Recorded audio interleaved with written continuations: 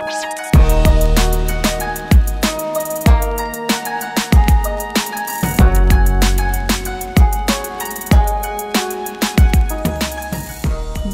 ধর্মগুরুর স্মরণে চীনে সম্প্রতি হয়ে গেল বাটার ল্যাম্প ফেস্টিভ্যাল। এই দিনে বৌদ্ধ ধর্মের অনুসারীরা মঠের চারপাশে সমবেত হন। তারা মাখনের প্রদীপ জ্বালিয়ে সুখ ও সুস্বাস্থ্যের জন্য প্রার্থনা করেন।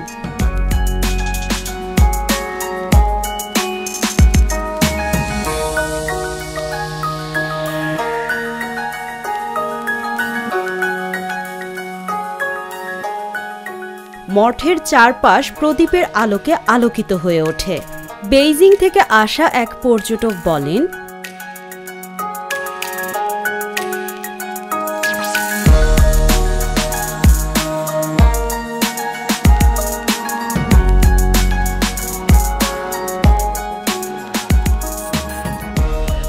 আমি বেইজিং থেকে এখানে এই উৎসবে অংশ নিতে এসেছি।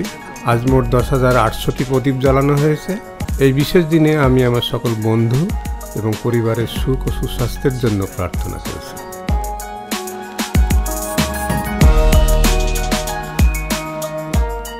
এভাবেই প্রদীপ জ্বালিয়ে ও প্রার্থনা করে নিজেদের গুরুকে ভক্তি ভরে স্মরণ করেন সবাই।